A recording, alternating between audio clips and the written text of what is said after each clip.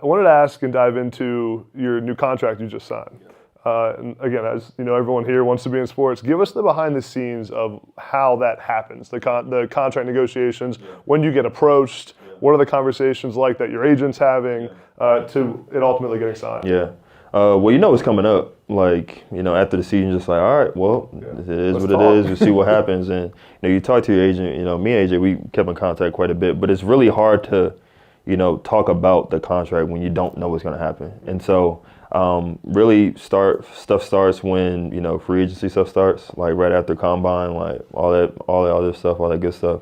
And that's when the conversations really start. And so, you know, conversation started, you know, and then they offer a contract. You're like, oh, you offer me a contract. All right, cool. So then you offer a contract, then you counter it, and then it kind of goes on for a couple of days. And that's really how it goes. I mean, it can go on longer, but, you know, we settled on something great. Shout out to AJ. We did something, you know, great, man. And that's something that I had no intentions that we were going to be doing. Like we thought we were going to get something lower than what we thought, and it actually ended up being a lot greater. Was there a big celebration when that was signed? We had a delectable dinner. And we got the nicest wine. Where did we go? What did we do? I don't know. We went to Doris Metropolitan in New Orleans. Shout out. We were like, we're going to go get a nice wine at Doris. In a wagon. I don't remember that, but yeah. We did do that. Yeah. I remember, trust me. I mean, it's got to be a cool feeling when you actually sign that second contract because, again, all you've been through from being at Penn State and thinking you wanted to quit football to, you know, getting hurt at Oregon to all the ups and downs to now you get to that point where everyone talks about that, getting to that contract in the NFL, and you finally got there. Yeah, it feels great. It definitely does because I know being in NFL, a lot of people don't stay there that long. Yeah. I mean, I don't know what the average career is like 2.5 years, something like that.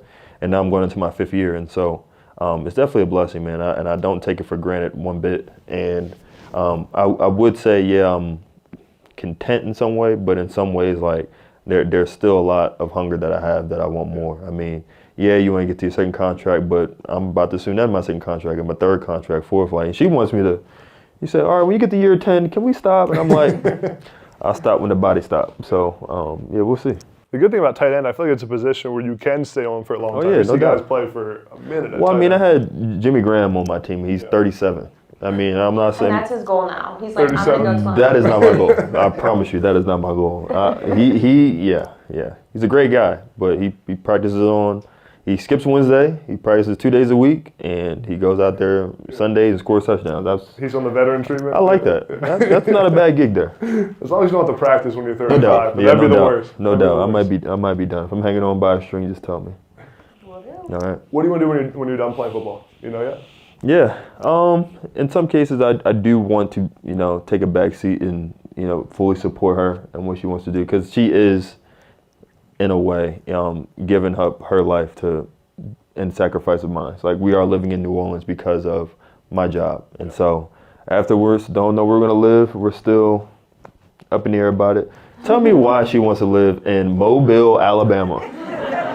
She wants to live in Mobile, Alabama. Yes. Oh, okay. I want to live in a small town where I can go to the grocery store and it's like the same person that works there and they like say hi and it's like one little coffee shop. Like, I just want that life so bad. Has anybody seen, like, The Heart of Dixie? That's, like, my favorite She freaking watches that every training camp. Oh, yeah, that's my August show. I have a show for each month, but that's August.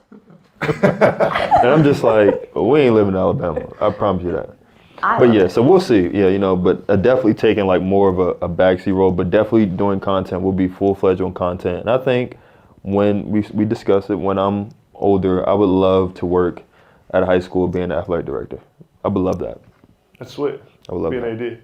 I love being AD. Not a coach. AD. Definitely specifically not a coach. AD. No. You don't want to be coaching. Definitely don't want to be coaching. I want to be talking about the coach. I don't want to be the coach. You want to hire the coach. I want to hire not the be the coach. Definitely.